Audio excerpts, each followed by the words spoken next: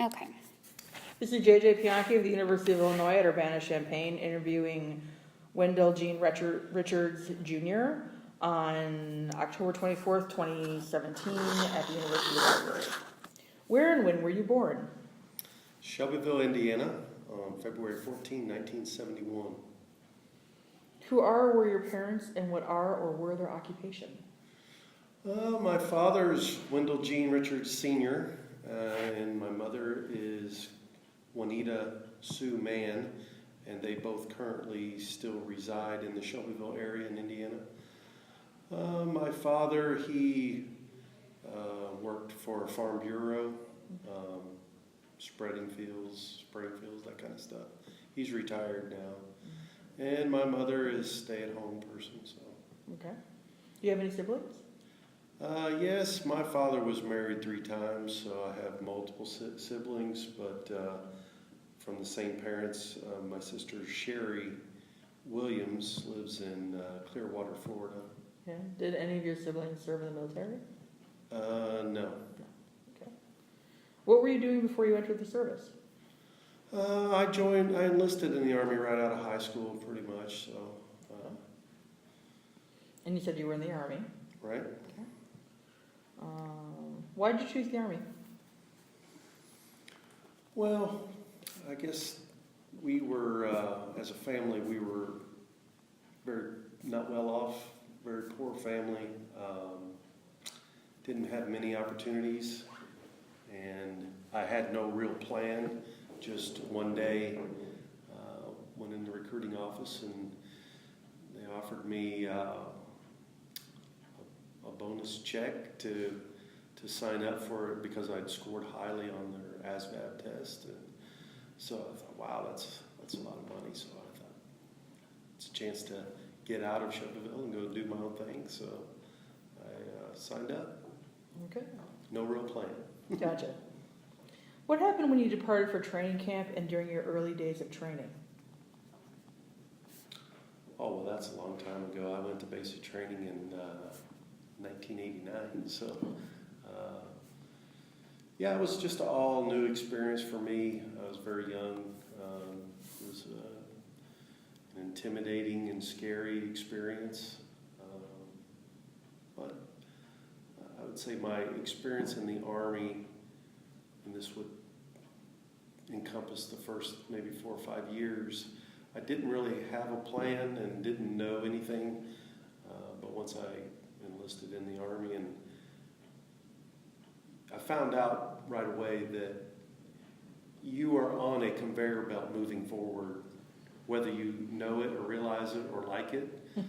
You're always, once you find out and you make that first promotion, and you're like, well, how did I get that? You know, and what do I need to do to get the next one? And once you caught on to those things, then I got a little more ambitious and decided, hey, I can do this. And I worked in military intelligence at that time as an enlisted soldier.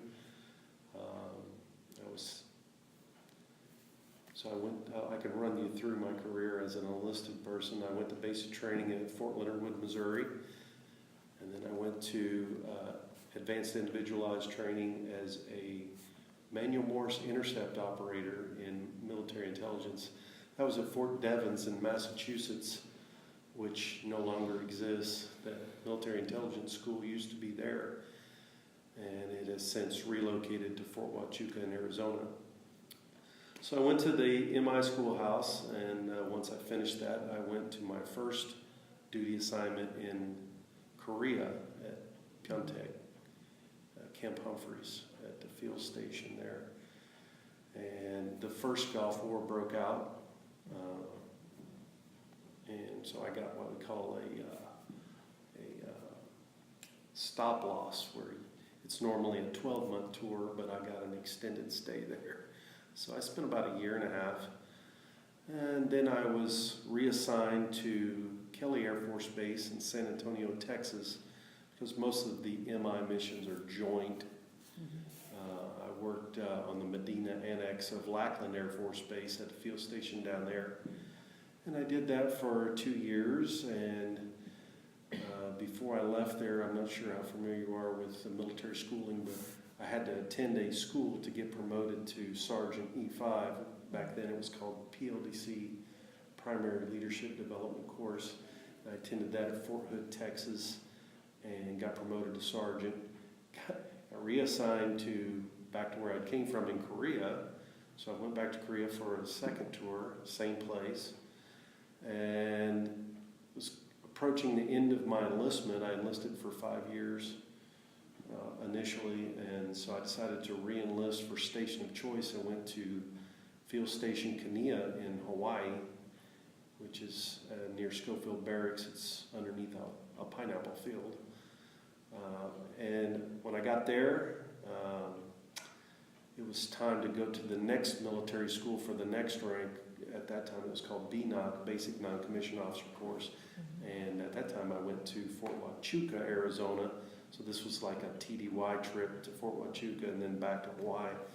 And before I left, I stumbled on a program called the Green to Gold Scholarship.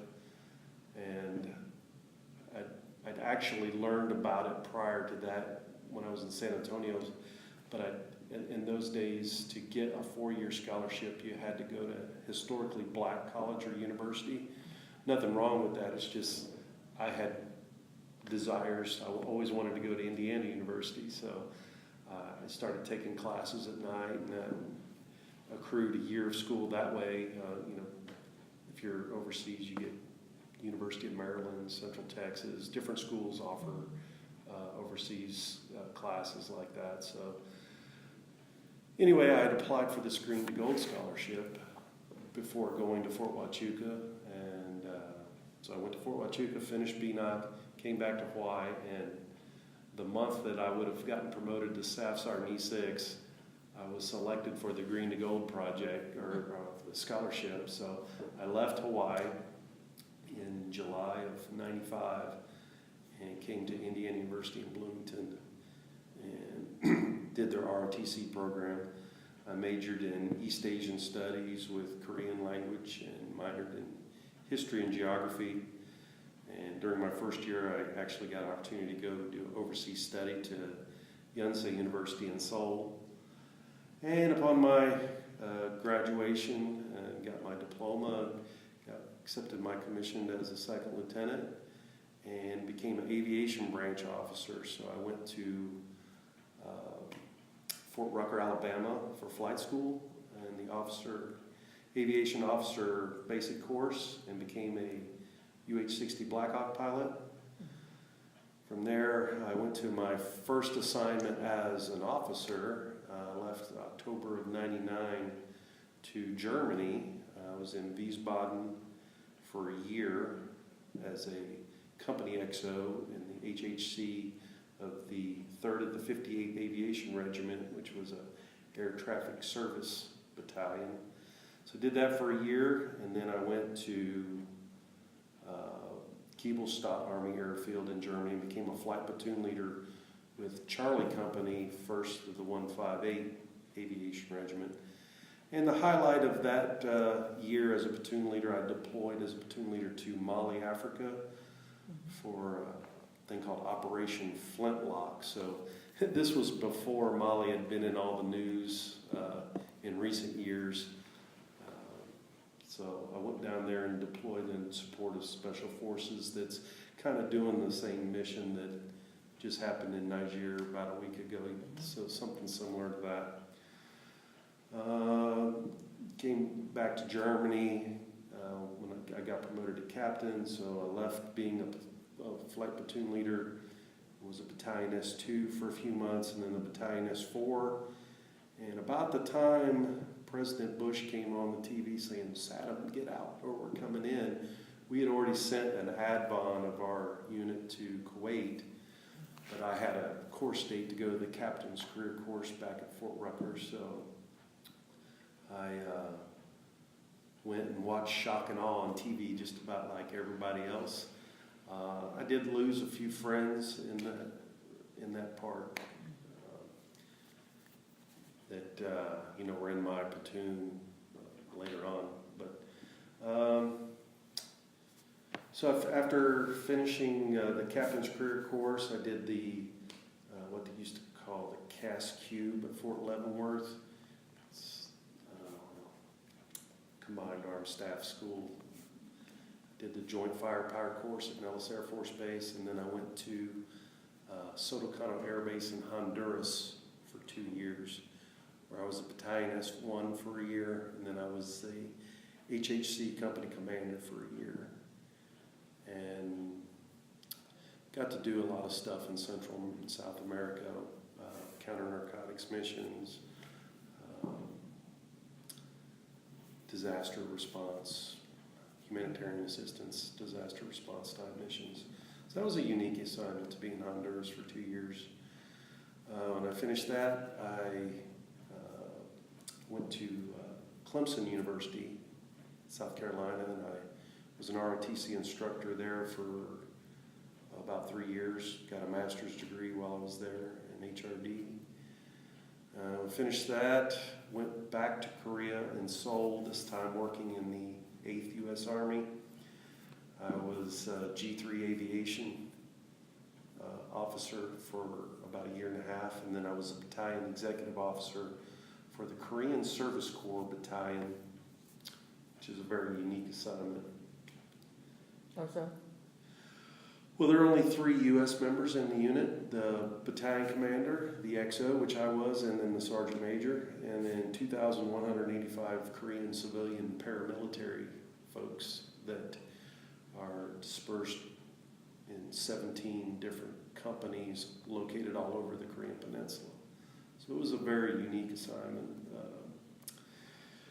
But I finished that and got reassigned to make the deployment to Afghanistan as part of a security force advisory team.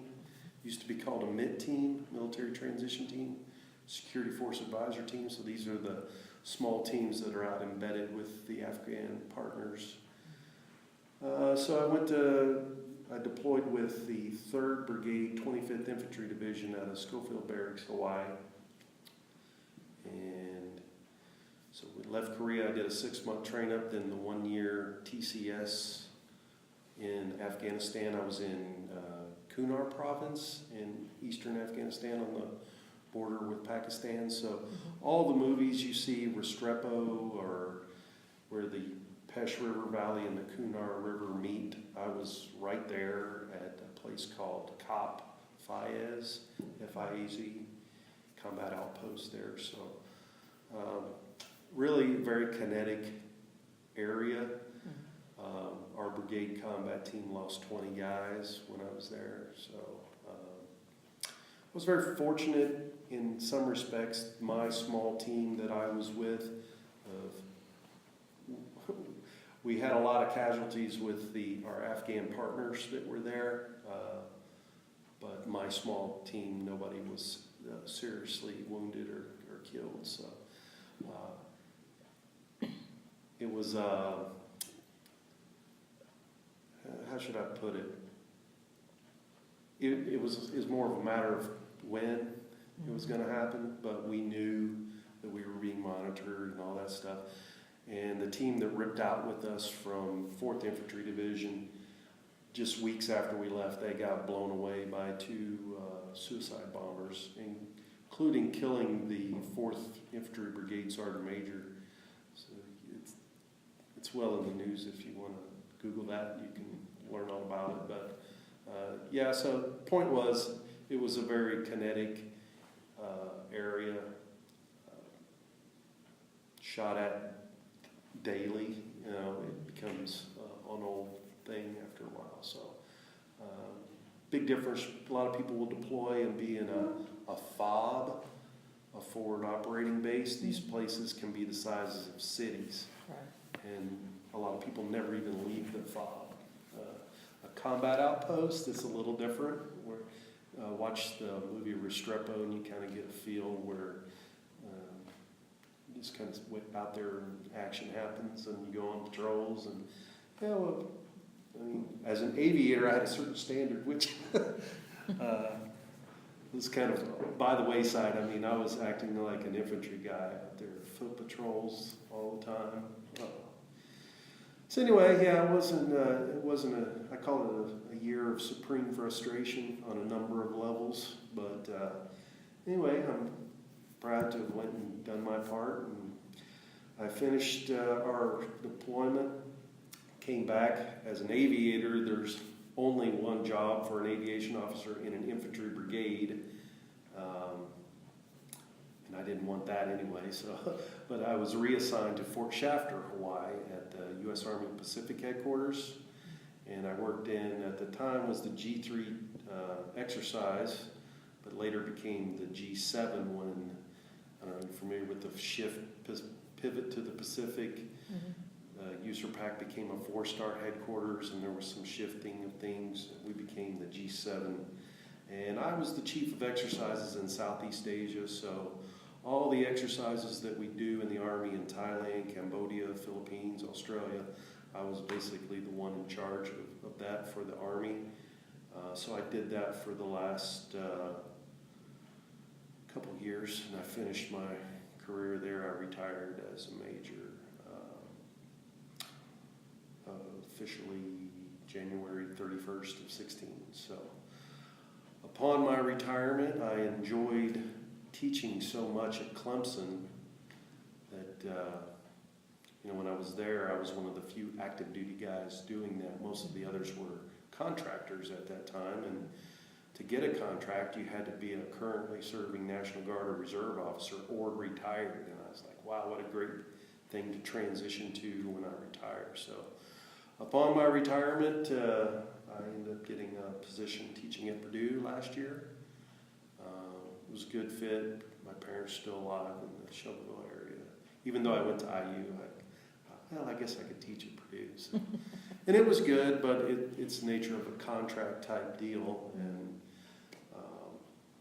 they actually moved my position to IUP while in Indianapolis, and at that time I wasn't interested in moving. And later they offered me the position here at University of Illinois, so I elected to come here and try. My family still lives in West Lafayette. So you commute every day?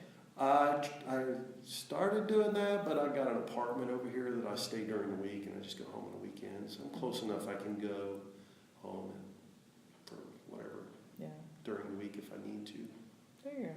So that's pretty much my career in a nutshell. 26 years in the Army. That's a lot.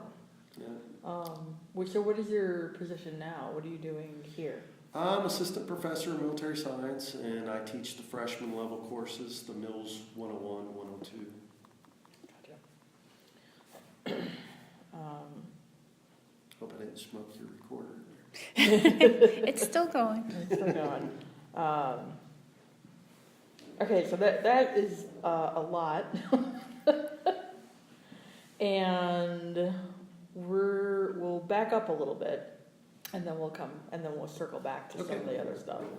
I'll make my next answers much briefer. It's okay. We got plenty of time. Okay, so way back in the dawn of man, when you were in basic training, do you recall your instructors? I mean, at the beginning you said that it was scary and intimidating, and what was going on with that? What was the instructors like? What was your time like in basic? Well, basic training has changed quite a bit from those days. In those days, we didn't have co-ed. There weren't females going to basic training where I was.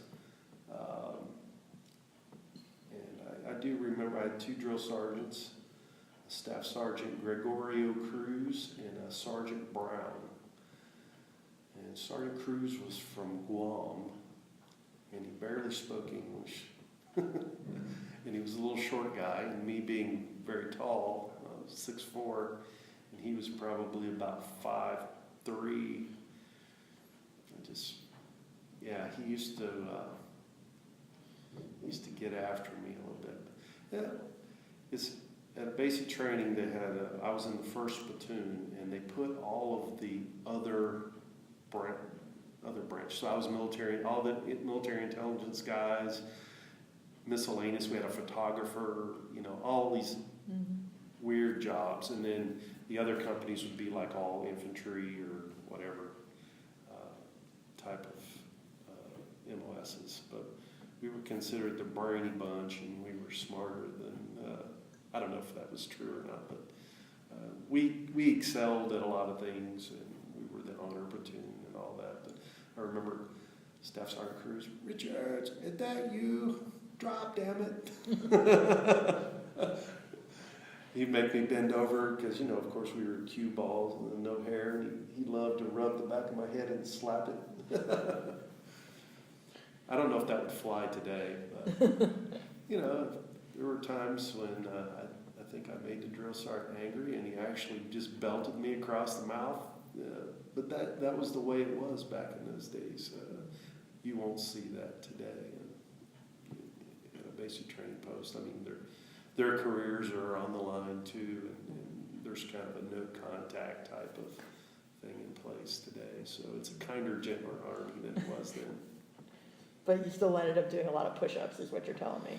Yeah, but I probably needed to, and I was very thin, and I could run. I was a cross-country guy from high school and track, and running wasn't my problem. I was very thin and weak upper body, so I probably needed to, and it made me a lot stronger.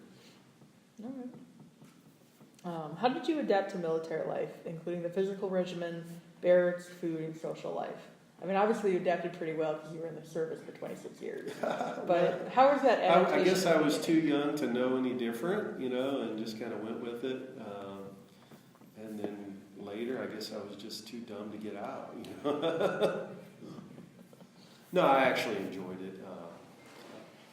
I couldn't do what I do today, teaching and recruiting and getting other kids to come. I'm in a luxury spot as the freshman instructor here because they can come and take my course and not have a commitment. Mm-hmm. It's not till their junior year that they have to, okay, yes, I'm going to do this and accept my commission when I graduate. So I can bring them in and show them the values that I thought, or what I thought was valuable about military service. And if I didn't think that it was a good thing or a valuable option for a lot of people, I couldn't do what I do as far as teaching today and bringing kids in. But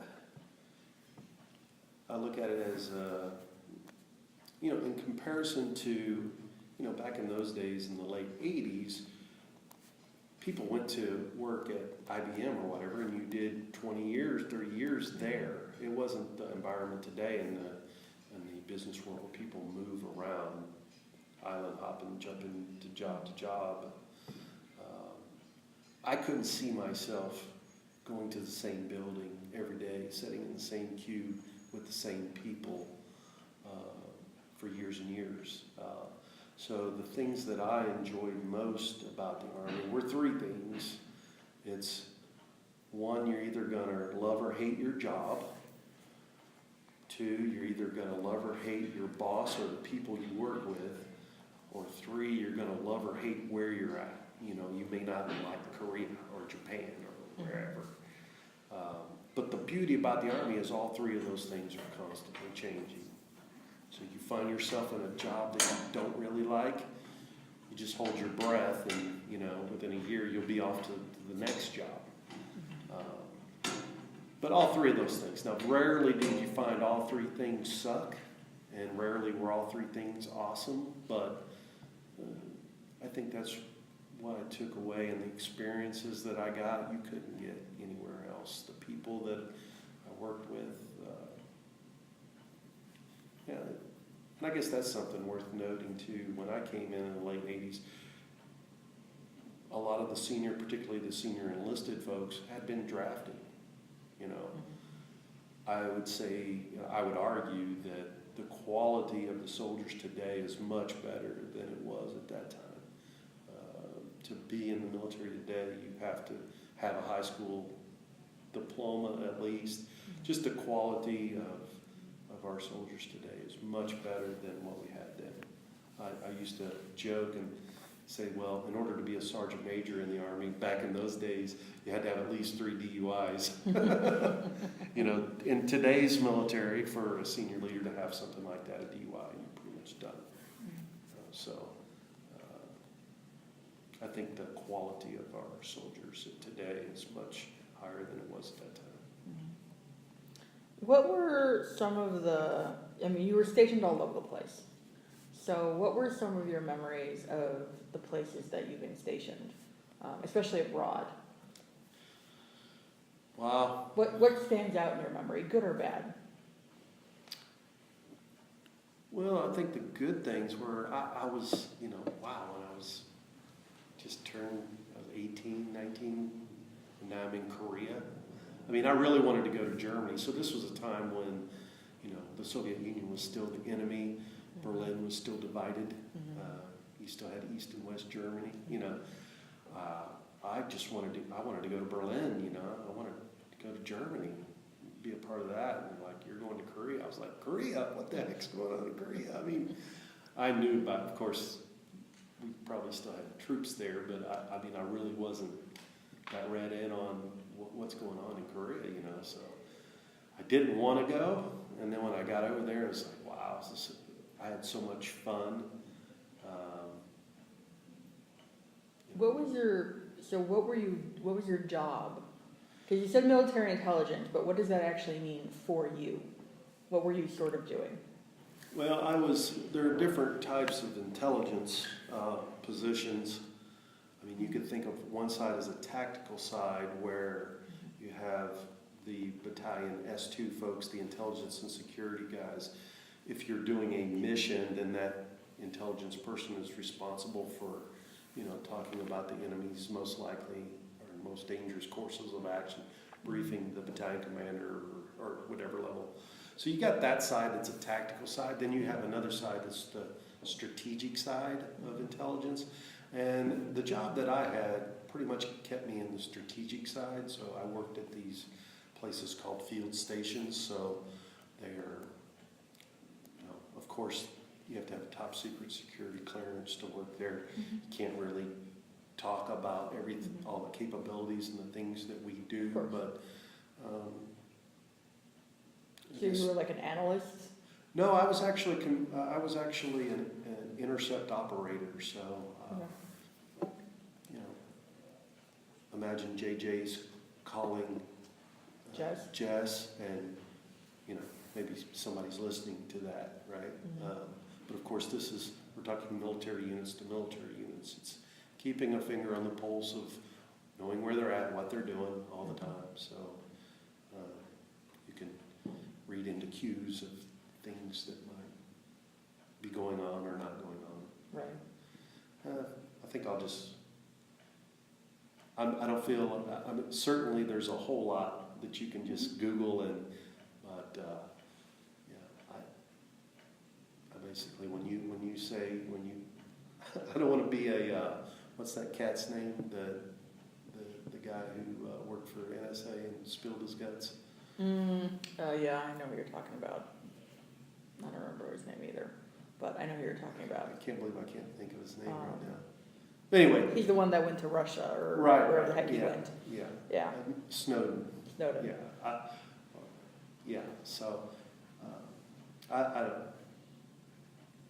So basically, we don't need to get political, but the guy's a traitor. Okay, the guy, has a top secret clearance. Says I'm not going to divulge this stuff, and then he goes out and what's he do? Right. Because his own political agenda. I don't know, but still.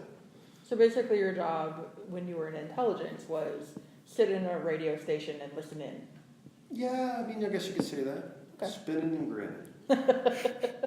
And so then after that, you went into aviation school and became a Black Hawk pilot. Much later, yeah. And did that kind of stuff. And then after that, you finally landed up doing exercises, being in charge of exercises. Yeah, I ended my career doing exercises. That's a pretty big jump from listening to people talk to. Well, hey, like I said, those three things.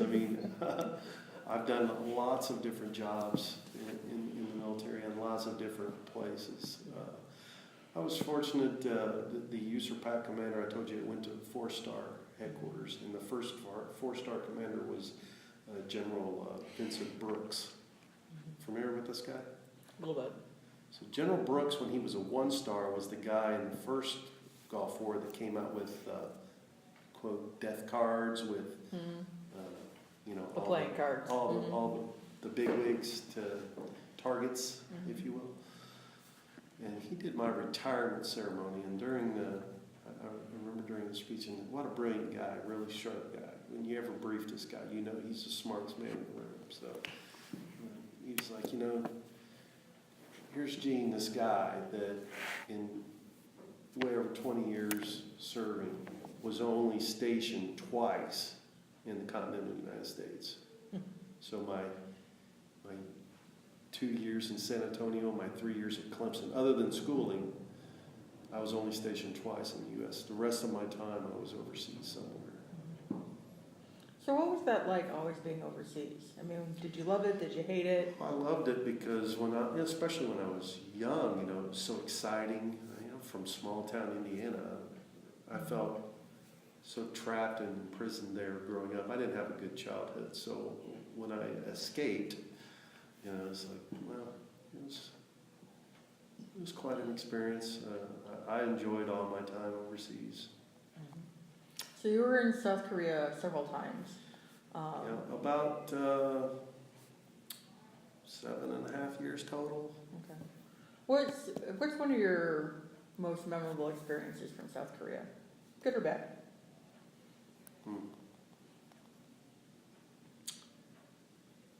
Well, I don't know if there's a specific experience, but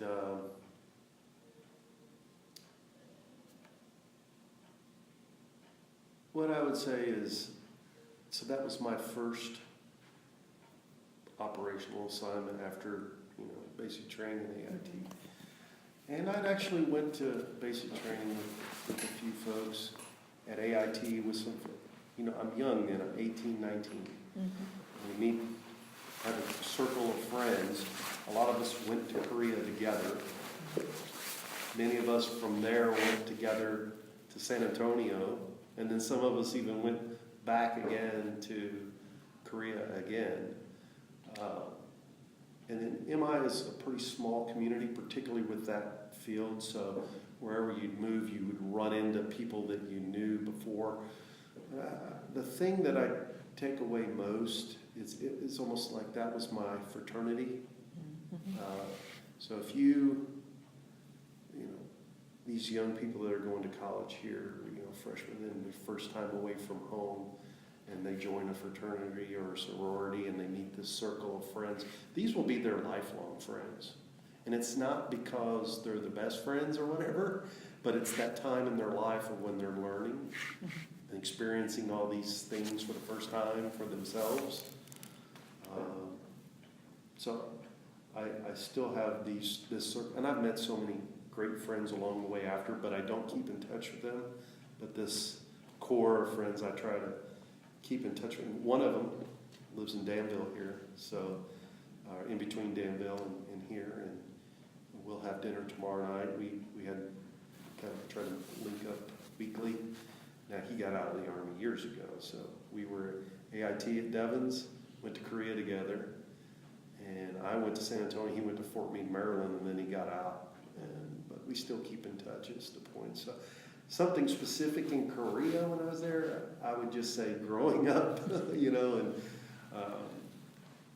18 but being treated as an adult, bars and drinking and partying and all this stuff that, is not uncommon for these young college kids to do, even if they're doing it illegally. But there I was doing it legally and being paid to do it, so it was a great experience.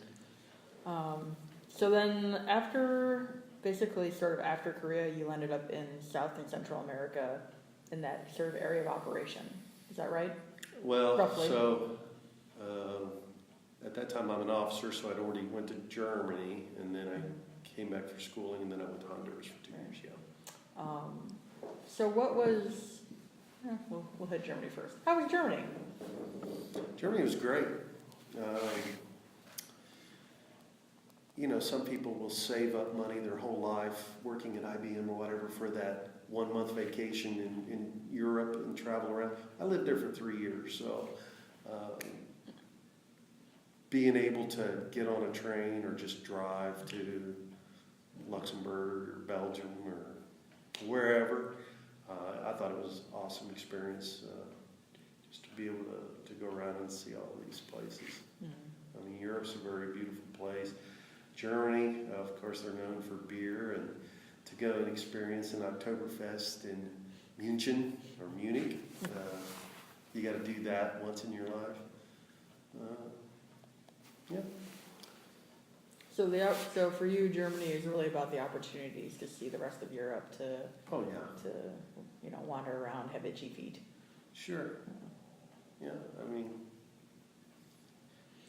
What And about, during there, I had that deployment to Africa, which, I mean, if you imagine Sally Struthers saved the world, Mali was the 4th poorest country in the world at that time.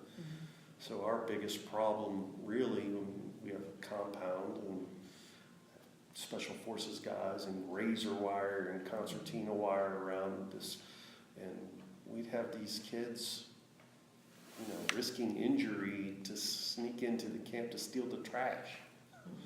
I'm like, just to see the desperation, makes you appreciate more of what you got. I would say every place I've been has been worth going, regardless of how bad it's been.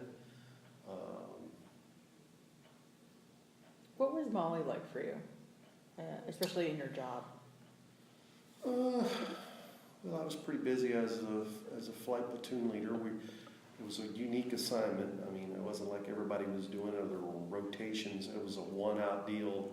My platoon, I folded up 4 Black Hawk helicopters on the back of C-5 Galaxy airplanes for the Air Force, and they flew us down there. And to be a lieutenant, and I was a seasoned lieutenant, being a former NCO, but to pretty much be down there on my own, Now, granted, my company commander came and stayed a lot because, that's a big deal for him as well as a company commander to have one of his platoons doing such a unique mission. And the battalion commander, of course, came down. So I had a lot of oversight, but no flight rules at all down there. So to be able to pretty much do better training than we could do in Germany, as far as blacked out MPG flying with no lights on at all, and stuff like that was kind of unique experience to be able to do that. Cool. But these people were very poor. There's a couple of comical stories. I mean, one, we were flying through the desert. I come across this lady carrying a big bucket of water on her head. She probably never seen a helicopter before. And we weren't trying to scare her. She's trying to run from the helicopter, and she's spilling all the water out. You kind of feel bad about that. And similarly, we were flying down the, I think it was the Niger River that runs through there at night. So we were all blacked out. And we see these like sampan canoe type things where they're moving supplies up and down the river. I'm talking like little canoes that are like filled with, look like rocks or coal or something, that they're moving goods that way, and it's completely dark, and we're blacked out, and we're flying up over, and I know we turned on the light, so but it probably scared the guy so much that he could have assumed it was a UFO for all he knew. Here's this thing, and a light came on, he's beaming me up. The guy jumped out of his boat in the water. So looking back, that was kind of comical, but he was probably scared to death. It's a very different world when you go to a place that is so poor. Yeah, and you learn a lot of things about humanity. I'd taken a lot of candy and gum and things like that, and whenever I had a chance to get out with the kids, give them something. And I remember there was a real little kid, and I gave him a piece of gum. And we weren't paying attention, whatever. Next thing I know, this bigger kid was beating the crap out of him to get the piece of gum from him. So I learned when you give them something, make sure they put it in their mouth right then. But So just, stuff like that. Mhm. And so then after that, you landed up in South America, in Honduras. So what was Honduras like? What were some memories of Honduras? Well, it's it was a unique mission. It's part of Joint Task Force Bravo, which is still there. Now, the thing about Joint Task Force, they're supposed to be very limited in nature. It's supposed to be not an extended period, a short duration type of thing with a joint headquarters. And this one's been down there for since the times of Ollie North and the Iran-Contra things going on. So, but a unique mission. Joint Task Force Bravo really has two primary muscle movers. One, they have a full service hospital there called Med-El, the medical element. So it's a big hospital, including a dentist, the full deal. And then our aviation task force, which is a unique task force for aviation, because we had, in one battalion, we had Chinooks, we have Blackhawks, we had our own medevac company, so that's kind of a unique organization there for the aviation. And the missions that we had, the counter-narcotics and the humanitarian assistance disaster response missions, we would fly the medical group out to some village where you do inoculations or pulling teeth and, really getting a sense that you're helping people. And of course, every year in Central America, there's a hurricane or there's landslides. Because the infrastructure is so poor. So there's always that HADR mission. And then the counter-narcotics mission, there used to be, a big emphasis on that from drugs moving up through Central America and supporting basically their DEA equivalent, taking teams out and inserting them into the jungle and eradicating marijuana crops and other drugs. Got shot at by farmers, but that's their livelihood, right? Sure. You don't know when you're getting shot at most of the time, especially with small arms like that. You get back, there's a hole in your airframe, and you're like, oops, didn't even know it, So then eventually, after that, you landed up bouncing around a little bit more, and then you landed up in Afghanistan. Is that basically correct? Oh, yeah. Yeah, I guess that's true. So what was being in Afghanistan like? Because you said you were at not a forward operating base. A combat outpost? Yeah, a combat outpost. Yeah, so I call that a year of supreme frustration. And for a number of reasons. The nature of our mission as a security force advisory team at that time, the way that was working. So you have brigade combat teams, right? So in this case, it's the 3rd Brigade, 25th Infantry Division is tagged to go over, and they're a battle space owner. So they had, besides Kunar Province, Nuristan, and some other provinces around there, this slice, Jalalabad was kind of where the brigade headquarters was at Fob Fenty.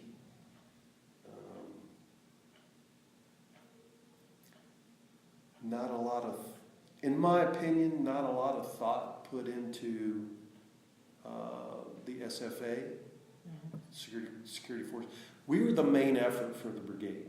You got to understand that the mission there at that time is to go to Afghanistan and prepare the ANSF, the Afghan National Security Forces, to be able to provide their own security, right? So President Obama's we're getting out. Okay, we have to do this and make them be self-sustaining. So that's the mission. In order to do that, we create this SFAC team, and it's basically 48 senior officers and 48 senior enlisted members pulled from all over the Army. You come together, you're not organic to the unit, see, we're all kind of outsiders, and we're moshed together to make these little sub-teams of 4, 5, 6 people. And I think we had 6 teams, so the 48 were broken off. We had some support stuff, but there's basically 6 teams, and basically the brigade commander kind of decided, okay, I'm going to put a team here, here, here, here. Okay. Normally associated with Afghan National Security Force units.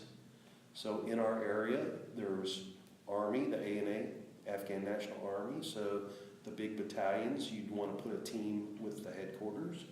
You had the Afghan National Police, so provincial police and district police to support these guys. And then you had the Afghan Border Police, which was basically a new service for them, manning checkpoints along the Pakistan border, border police. So those are the 3 areas, and really before we hit the ground, I went through, trying to think, it's not Kazakhstan, yeah, I think it was Manis in Kazakhstan, I believe. When you go in, when I flew into Kabul, I'm already getting reports that I'm now going to be separated out from my team. The plan has all changed. I was supposed to go to a certain place and support an Army Corps. We had 2 06s, 2 colonels in the SFA, and I happened to be on a team with one of the 06s. And when I got there, all had changed, and I ended up going out to a place called Fob Joyce in Kunar province to support our own Task Force Cacti, which was the 235 Infantry Battalion Task Force at Fob Joyce. Now, all of a sudden, I'm the Lone Ranger. I'm the only SFAT guy there at this battalion, and I'm responsible for all of them, because I had ANA, the ABP, and the ANP, ABP. So I had all 3 to deal with, and I started to get that up, and then just start to get things situated, and then there's another change. They just shuffled the deck, and then I end up going to Fayez to the 4th SFAT team, which was in support of the provincial police in Kunar province. And we did a lot of missions too. There was an operation that we did called Operation Hammer Down. And there was a young lieutenant, here I am, this older guy. I'm a major, senior guy in a regular battalion. So when I was at Task Force Cacti at Fob Joyce, you have the battalion commander who's a lieutenant colonel, and he has 2 majors, the battalion XO and the battalion S3. And then here I'm this surrogate major that comes in that's not organic. I'm an outsider, like I said, and I'm trying to do the mission, which, oh, by the way, my mission happens to be the main effort of why we're there. Right. But these infantry guys, they want to do what infantry does. They want to do their own missions to go out and, find and engage the enemy, right? That's what they want to do. So, I'm not going to go into it too much politically, but let's just say I was very frustrated because we were not accomplishing the mission that we were sent there to do. Now, our commanders were smart enough to give it lip service, and still they were doing what they wanted to do, and the main thing that we should have been doing was kind of a side note. And there was no effort to really get the Afghan National Forces up to a standard where they could do it themselves. Our battalion commander there would rather go out and kill bad guys, and that's great, but those dudes were mushrooms. You chop one down and 3 come back because you've killed somebody's brother or cousin or whatever. You're not going to get anywhere that way. And while we were there, you may recall there was an episode on 60 Minutes. Say, hey, we're in Afghanistan, but they went into a village that was controlled by Al Qaeda or the Taliban in there, and because we had kind of left that area, so my task force, it's in our. We're going to go back out there. We're not going to let, So we did these operations, and while I was at Fob Joyce, the point I was getting to before, I met a young lieutenant. Dimitri Castile. I can't believe it. I can't remember off the top of my head, but I'm bad with names anyway. But I'll think of it to be sure. Del Castillo. Dimitri Del Castillo was his name. Okay, so as an ANSF guy, I had to do a mission with the Afghan border police to a place called Gaki Pass. Well, only months before we did a mission to get up there, use Chinooks. You take a new team up, replace the old team of Afghan border police. So just months before the Chinook that was delivering people got shot up in the crash and killed a whole bunch of people, including the interpreter from my office. So we have local nationals that are interpreters. So we're doing this mission again, and imagine, the ABP is the worst of the three forces because it's the newest, it's the least well-equipped. These people look like ragbags. They just go and grab any guy off the street. You're now an Afghan border policeman. And we give them, they've got their weapons loaded, and you're with these dudes on the back of a Chinook helicopter. So I get one of the infantry platoons is tasked to support me as I do this mission. So Lieutenant Del Castillo gets the mission to support me. So I get to meet this kid. And we do the mission, no problem. Nighttime mission, MBGs, all that. We come back. I ended up going out to the other team. Well, later we do this Operation Hammer Down, where we're basically going back into where Restrepo was,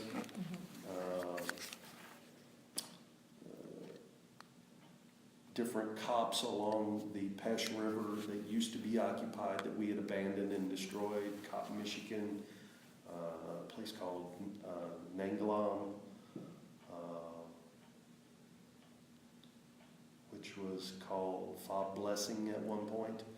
So anyway, we turned it over to the Afghan National Army, and just daily, if we don't get resupplied, we're abandoning our post, So we had to do these missions to go out there. So we decided I didn't decide this, but it was decided we're going to do this big operation where we're going to go in, and my particular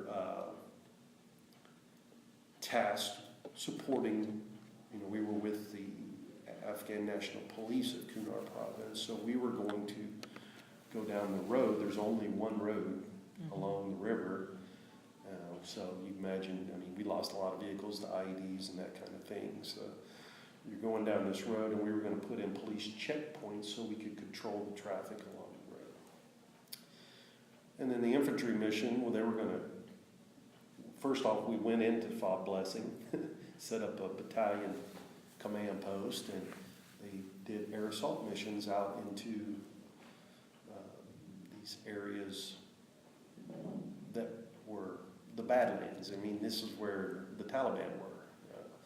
And you put them up on top of a hill and wait for the Taliban to come up. So basically that was the game plan. Well, we're not fighting anybody, so let's take the fight to them. Let's go out there, they will engage us, then we can fight them and kill them. Okay, so that's the mission. Well, during, this mission, Lieutenant Del Castillo gets shot in the neck and killed. So he was, during my career, I've known lots of acquaintances, some friends that were killed. But, that one kind of bothered me a bit. I didn't see the futility of what we were doing. So, like I said, a year of supreme frustration. I wouldn't give your pinky finger for the whole country of Afghanistan. So, to every day experience another memorial ceremony for another kid who's 18, 19, 20. When you're this, guy pushing 40, who's lived a full life, married, got kids, and then these kids, they never got to experience that. So, it's tough. Sure.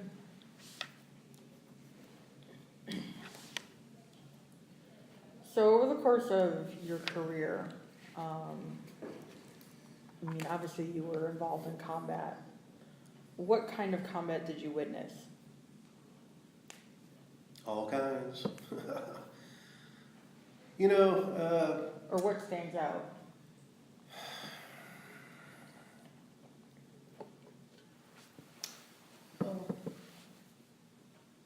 I could say a lot of things about it. One thing that I would point out, I saw a funny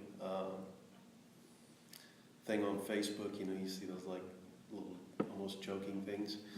So there's a picture of first time in combat, and there's like a mortar round or something, and everybody's freaking out and running around, hot action, and then last week of deployment, mortar attack, and people don't even wake up. So there's a lot of truth to that. The first time you're getting shot at, and you're like, oh man, they're really shooting at me. You've been training for a long time. In my case, was a long time, but I experienced those senior leaders when I first came in. A lot of those folks came in after the Vietnam War and did a full career in the Army and retired and never saw a shot fired in anger. So then when the first Gulf War happened, you mean we really have to use this stuff? So it was a different thing. But so that's one point. Sure, I was afraid at times. I'm out there and we weren't in heavily fortified shoes or I slept in a cardboard box on a plywood. We had like 3 or 4 feet of sandbags on the roof, but we got mortared. I saw lots of things, and they actually, my team called me bad luck because before I got there, it was kind of quiet, but when I showed up, it was like the very next day, our little cop got mortared. Nobody was. We did lose some Afghan guys, but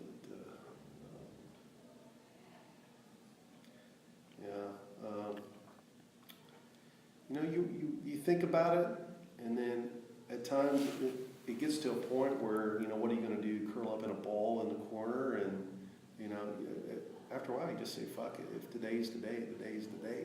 And we knew the threat was real. We had a team of MI guys come in with special equipment that could actually intercept cell phone communications, and every time we left the gate, somebody was talking on the airwaves. Yep, okay.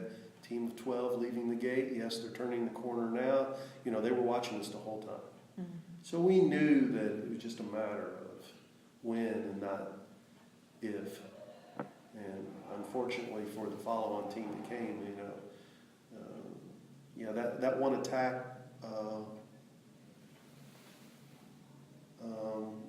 the lieutenant that was the PSD, the personal security detachment lead for the brigade commander. So once a week, we do the security meeting with the provincial police chief. And usually brigade would send some reps down. So they would fly into Kaffies with their Black Hawk. Some guys would get out and go with us. We were always going every day. We were foot patrol, or we'd sometimes mount up to change it up. But unfortunately, there just wasn't many alternate ways to get there. We tried making some, but it was just kind of daunting to do. So once a week, the provincial governor would want to have his security meeting. And we tried to get him to change up, at least change the times. But nope, it was like every Wednesday at 9 o'clock. And so every Wednesday about 7:30, here come Blackhawk with some guys that obviously they're coming in a Blackhawk. They might be somebody we're shooting at. And in this case, the unit that replaced us, the brigade commander and the sergeant major and his whole spread came to go to this thing, and they happened to get attacked by 2 suicide bombers. It's hard to stop a suicide bomber, you know. Right.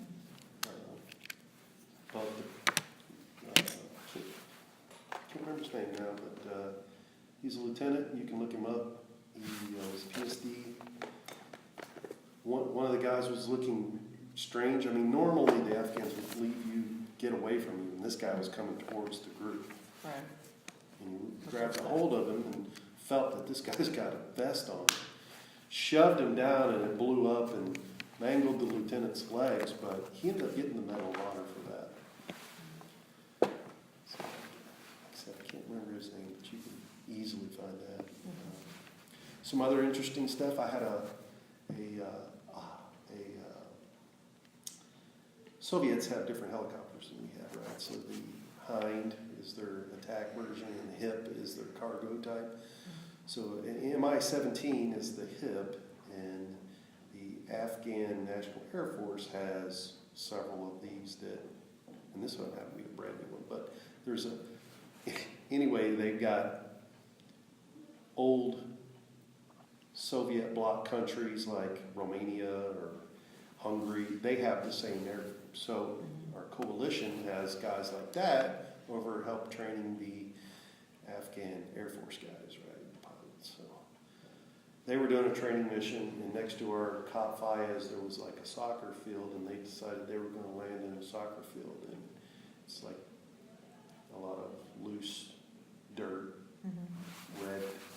So they go to land in there, and you've got one guy from Czech Republic and another guy from Romania, I think, and one's a PIC pilot in command, the other isn't, but they're not communicating well.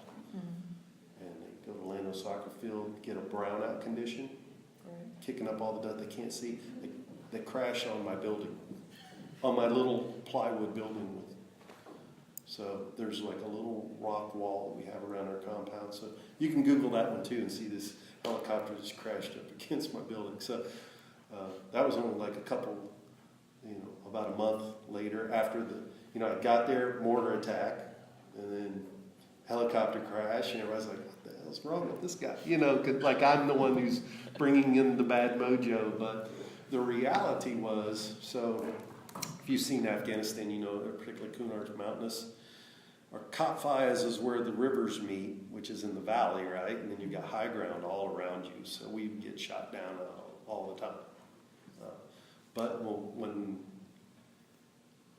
before I had gotten there, there were these checkpoints that were up in the mountains were manned by the police. And there was rarely any shooting going on. Right. Because all the Taliban coming from Pakistan through there, they were all relatives. You're not going to shoot your cousin, right? So the decision was made, well, we think a lot of bad guys are getting through here. We're going to change those outposts with A&A guys, Afghan National Army, that come from other provinces. They're not related. And these guys would shoot at them. So now all of a sudden it was kinetic area, but it wasn't so kinetic. Became 4th of July every night. Just watch RPGs shooting all the time. Shooting at us. Became such a common occurrence that, when I rarely got to go somewhere, but during midterm I'd go to like Fob Fenty to get on a plane to come back in Jalalabad, and I'm going into the dining facility, and I hear what seemed to me like so far away, a mortar round hit, so far away, and everybody was freaking out and running to the shelters, and I was like, what are you guys doing? Are you kidding me? That is so far away, you know? And I was like, well, you know, unless you can feel the heat off of it, I mean, and yeah, you know, unfortunately I experienced that stuff too. I was getting, we had our little, I guess you could call it a talk. It was a little headquarters for our team on, so every little base. So Cap Fayez, like I said, you got the rivers. So it's kind of on the end of a finger of land. So it's kind of isolated to some degree. But on the post, it's divided in half. So you had the Afghan Kandak guys over here, and then our little U.S. post. We wouldn't let the Afghans in uninvited. You know, of course, we had all the blue-green issues where the guys that are supposed to be training and helping would turn their guns and shoot you, you know, so there was a lot of that going on in other places. But, yeah, so that was kind of the environment there. It was kind of a separate compound. So a lot of times I was in our little headquarters alone. The team would go over and somebody have to be back here and man the post, and sometimes it was just me. When the helicopter crashed, it was just me. So my team was over there freaking out like, oh my gosh, what happened to you? Maybe they got me, you know, so that was funny because that particular morning they noticed a strange vehicle with a woman in a burqa in the back, and they're like, you know, it's just so out of the ordinary that we thought that this was a suicide bomb or whatever. And then the next thing you know, I hear a strange explosion. And it shook my building, so I opened the door and I'm in a cloud of dust. I'm like, what? You know, and it turned out it's a helicopter crashed on the building. But on one other occasion, we were getting shelled by an SPG-9. An SPG-9 is like a recoilless rifle. So somebody was up on the top of the hill shooting down. And in my infinite wisdom, I had my camera and I was like, I'm going to go out and find this dude and I'm going to take a picture of him. So I go out and I'm like looking for him, and the next thing I know, boom, from probably to the other side of the corner, they're that close. I mean, I felt the heat off of this, right? And it basically took an Afghan guy's head off. So to go and see that was like, oh man. I don't have I hate to say it, but I don't know, I guess if you think about like World War II, how, you know, you try to dehumanize the players. You know, the Japanese were Nips, the Germans were Krauts, and I think it was easier for the War in the Pacific because they look different, right? But in Afghanistan, I felt like, you know, this is their country, and in some strange way, it's okay if they die for their country, but I just hated it when our guys were dying too. I guess that's how I mentally processed it and rationalized those types of events. As long as my team wasn't getting killed, it was okay, I guess. But unfortunately, we lost, like I said, 20 guys from the brigade, and most of them were young kids. And the only one I knew well enough was Lieutenant Del Castillo.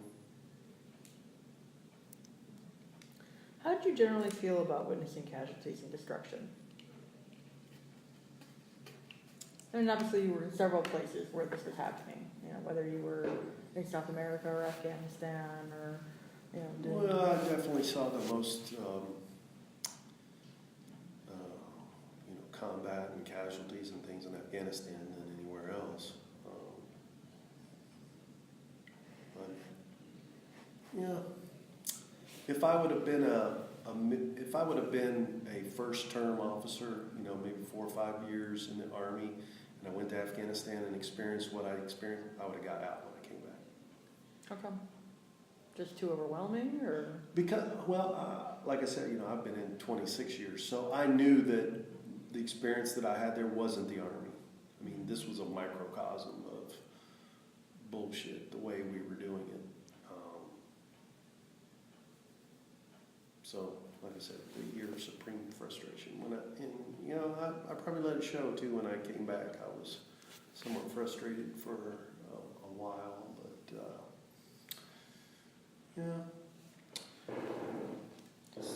What kind of, I don't even know if I should tell you this story, but so we supported the police, right, at COP5s. And we had some international trainers. We had a guy from Ireland, some British guys. These guys, I had 2 guys on my team were police officers. One from New York and one from Florida on my team as contractors. And these guys are wearing civilian clothes.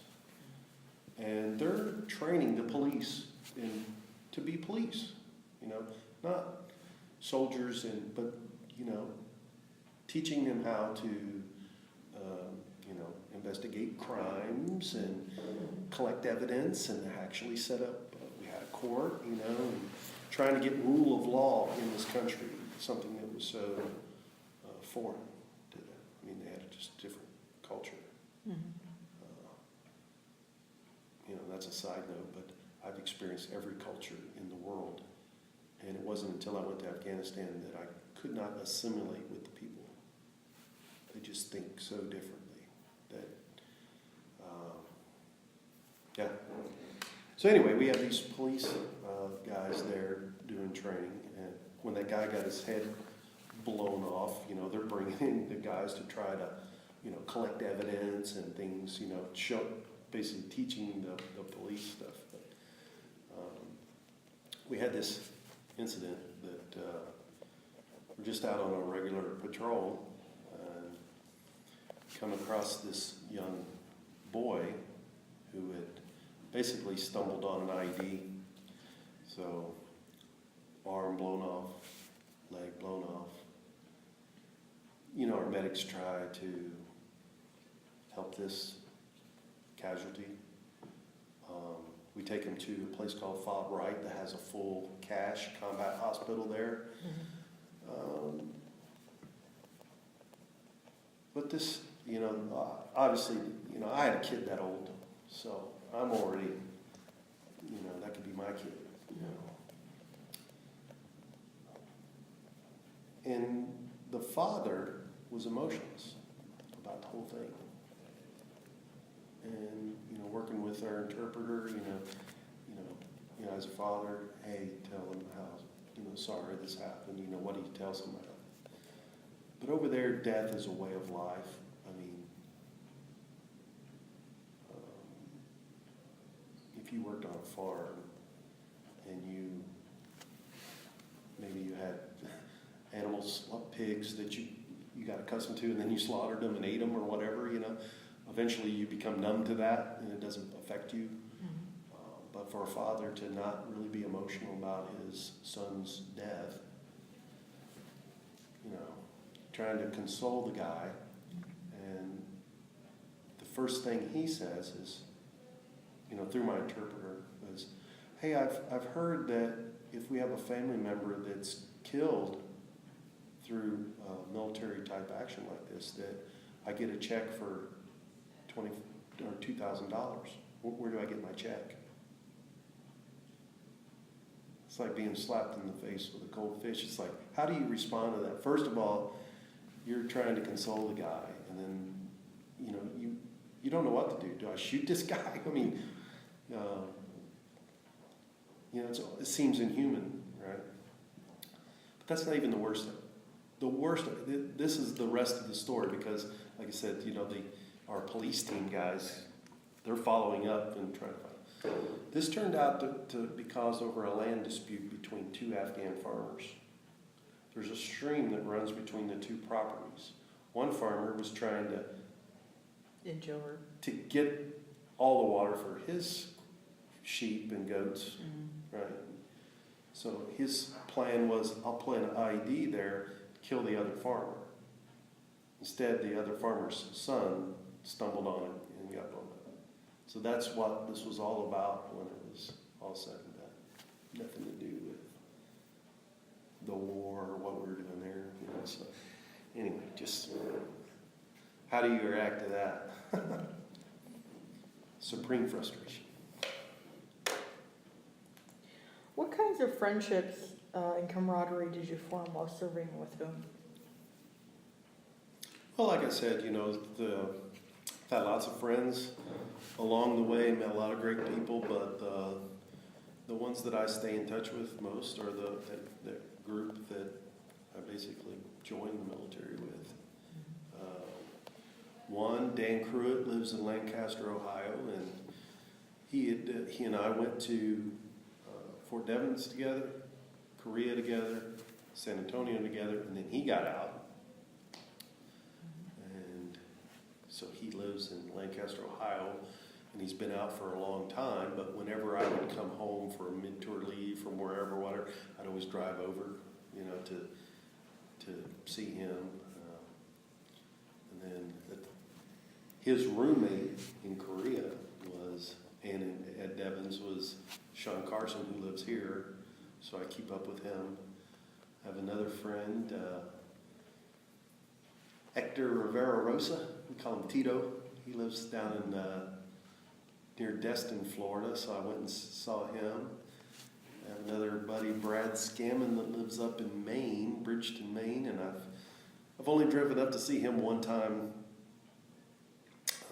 and that was when I was going to school at Indiana, so I haven't seen him in a good long while, but now with technology and Facebook, it's easier to keep up with folks and what they're doing. But yeah, I guess that answers the question. I've met a lot of people along the way, but it's that initial circle of friends that I try to keep up with most, even though I'm by far the only one left in the military, or was for years and years. There was only one other guy. He actually went to Berlin out of Fort Devens, where I wanted to go, and he did a similar path, became an officer and retired as a major, George Wilhammer. But yeah, it's okay. What else? So you joined in the late 80s, right? So, and now we're in 2017. How did you stay in touch with family and friends back home from sort of the late 80s, going forward? Technology's changed a lot since the late 80s. Yeah, I probably, I called home periodically, maybe, I'm sure not as much as they would have liked. And in fact, my mother had utilized the Red Cross system a couple times to get command influence for me to call, but I didn't, like I said, I had not the best of childhoods. I wasn't happy as a child, so leaving and being out on my own, I didn't have a really strong ties with family back home that caused me to want to call or write or something. I did keep in touch, but it wasn't a priority for me. And how many times did Mom have to use the Red Cross to get a hold of you? She did it at least on a couple of occasions. Once she figured out she could do it, she used it again, and then I told her never to do it again. But yeah, that was a long time ago. Pretty much now you use a cell phone and call anybody, so that's a big deal. What did you do for recreation or when you were off duty? Oh, lots of stuff. Depends on where you're at.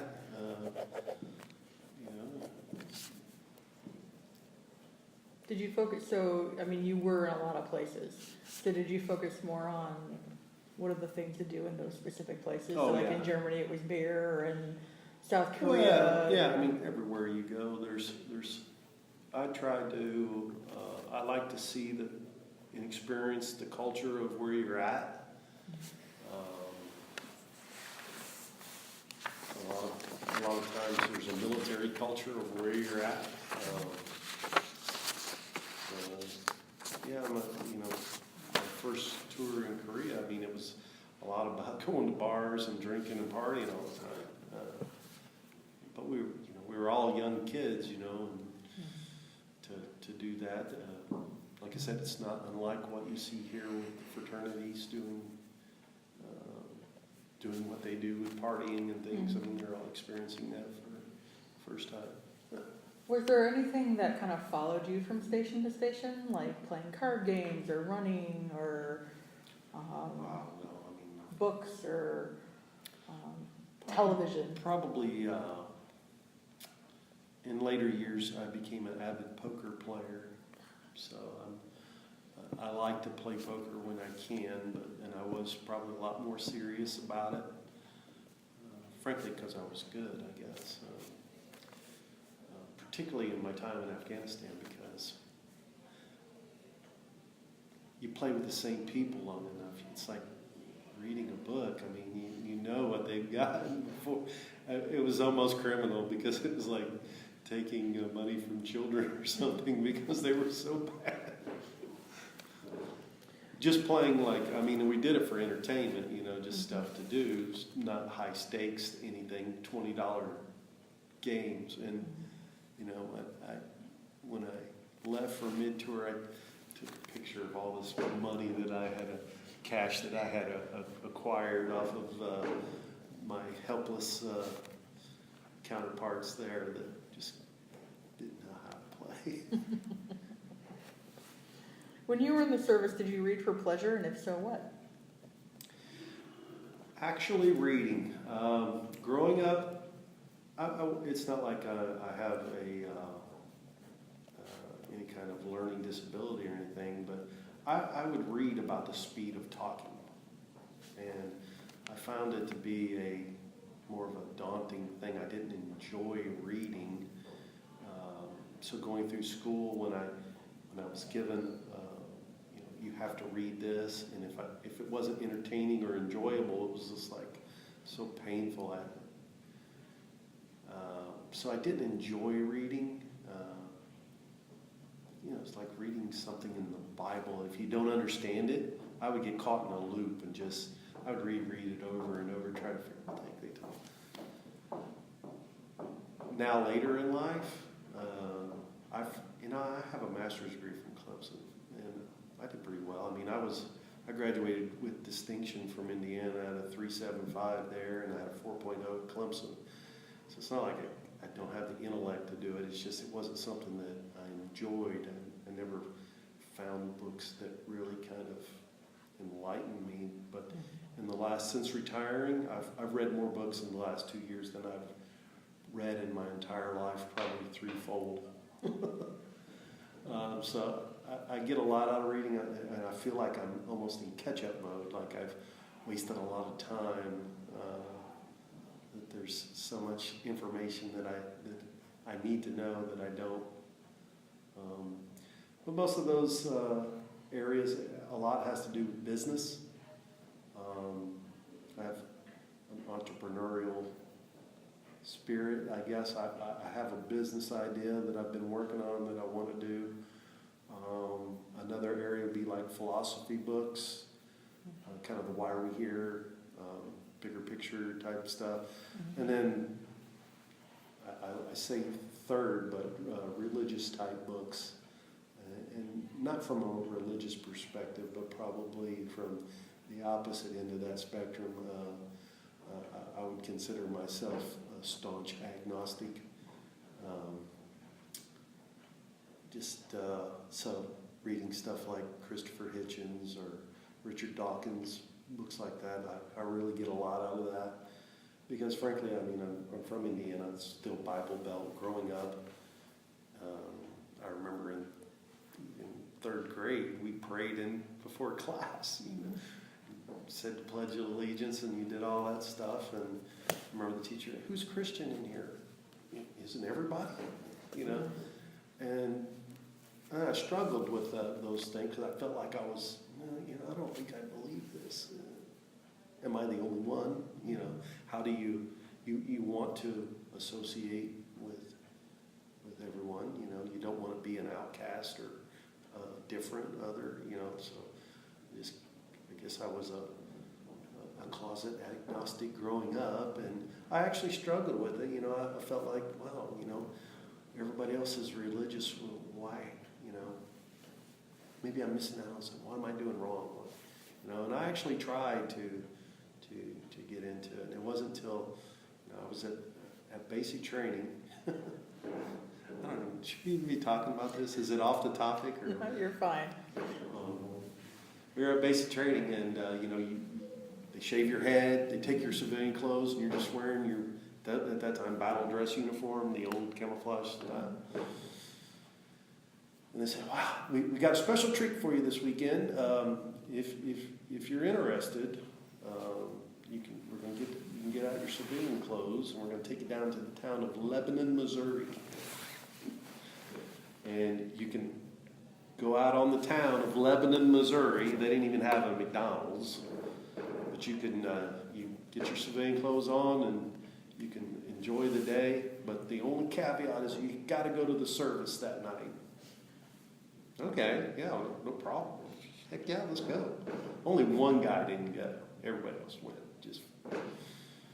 And we had a good time during the day, and then that night we go to the service, and it's this real Southern Baptist fire and brimstone preacher out there, you know, you're going to hell, you know, and all this stuff, and told this crazy vignette of this girl that was on a bus with a bunch of other kids, and how she was saying she didn't believe in God, and the bus crashed, and all the kids got off except her, and the bus caught on fire, and she's burning up. I'm going to hell. Now, who wants to be saved?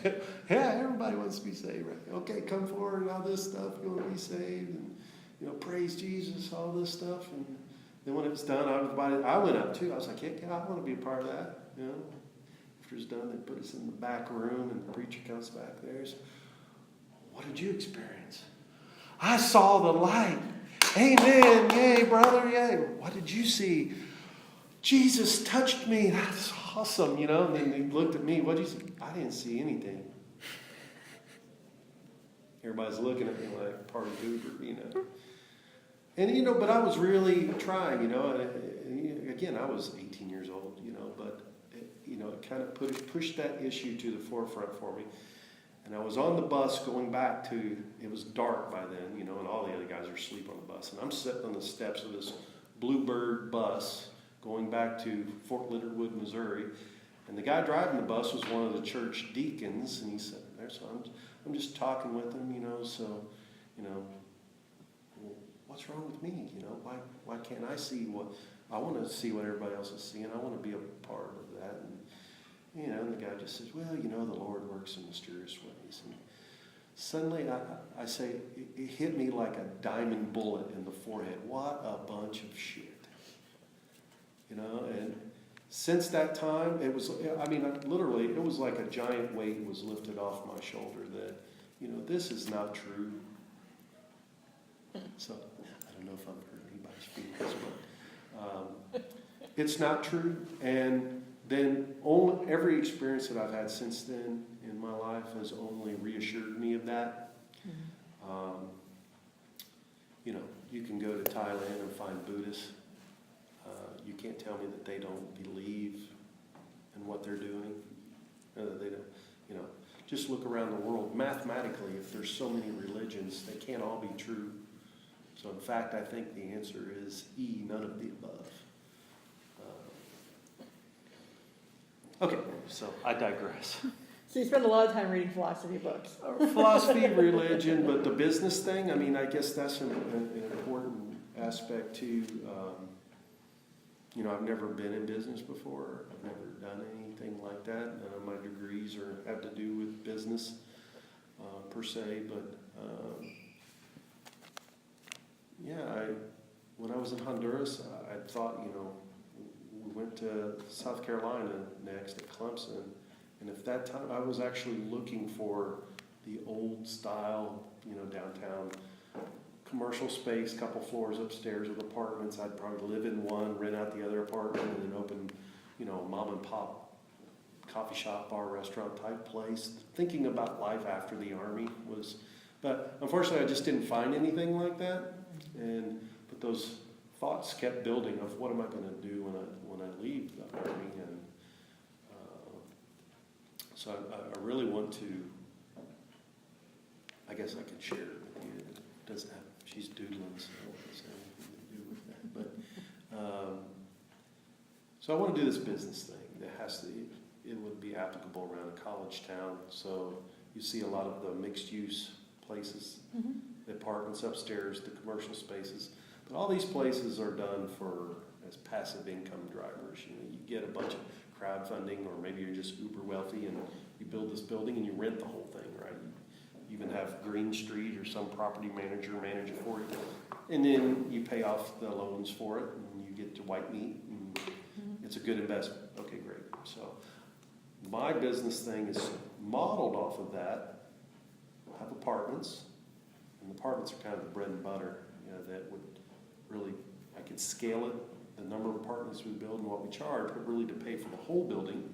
So I'll have the bar, restaurant, the coffee shop, convenience store, the boutique hotel, all these amenities, kind of a hub that you would want to be at in a college town. I mean, it's catering to college students, but I'm looking to get after the veteran unemployment issue specifically, and indirectly the veteran suicide issue that's currently, I mean, you'll see numbers up to 22 veterans commit suicide every day. Have you seen that? Now, I don't know if that's true or not, or how true that is, but even if it were 3 veterans killing themselves every day, I think that's a problem we should talk about. And for veteran unemployment, not for guys like me, but these kids that go and do 4 years in the Army or Marines and go to Afghanistan or Iraq, and they come back and say, okay, I'm done with that. I'm going to go off and do great things. By and large, by age category, these folks fall behind the general population in employment. I think it's a problem. For all these uber billionaires, the Googles, the Facebooks, the Microsoft, Bill Gates, all these guys. Oh yeah, I got $90 billion, and I'm going to give away all my money before I die. Well, these are the guys when they were busy making their billions, they weren't worried about, oh man, there's Taliban at the door. They didn't, and guess what? Their children aren't the ones going and fighting these wars and going to the military. So I'm targeting these guys to, help get some capital together to build the first one. And once I build it, I'm providing employment and business ownership opportunities to veterans to run these, what I call sub-entities in this thing. I think it would quickly be self-sustaining, and then, the more revenues we get, the more opportunities we could provide, and we can build the next one, and it could just grow indefinitely. So instead of making another nonprofit organization like Hire Vets or all these different ones, I don't see them as being effective. I call them self-leaking ice cream cones. Yeah, they've got their nonprofit status. People can donate money to it. They can feel good. The people that work there can feel good, and they can put on another workshop on how to write a resume and improve your interview techniques, and then they send them on their way, and they still don't get a job, so what's the point? I'm going to tackle the problem by creating jobs. So, anyway, maybe that's worth talking about. Well, that's what you're researching right now. What particular book would you say influenced your life the most? Wow.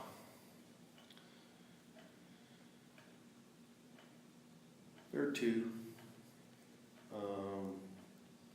One would be Robert Kiyosaki's Rich Dad, Poor Dad. Not because I'm infatuated with Robert Kiyosaki, but the story was good, and it brought out some really good points that I just hadn't thought about finances and the way money works that way. So that I thought that was something that really caused me to get more serious about my entrepreneurial endeavor.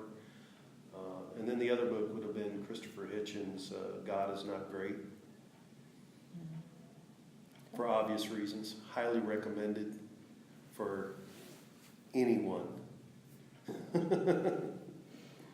Did you use libraries when you were in the service? Why or why not? No, I didn't. Frankly, because, like I said, reading wasn't a hobby or a pastime of mine. I didn't enjoy doing it. And for another reason, I mean, generally you're pretty busy in the Army doing, it's always the next thing. And you never really get a chance to stop and smell the roses. You're kind of always on to the next, and the next thing you know, years have gone by. What happened? Only now do I have the time to really reflect and think, and the information age is obviously, you guys, younger generations today, it's like, it hasn't always been here. Well, no, when I was a kid, we didn't have a thing called the internet, how easy it is to Google. I mean, I'm really a big fan of the freedom of information and being able to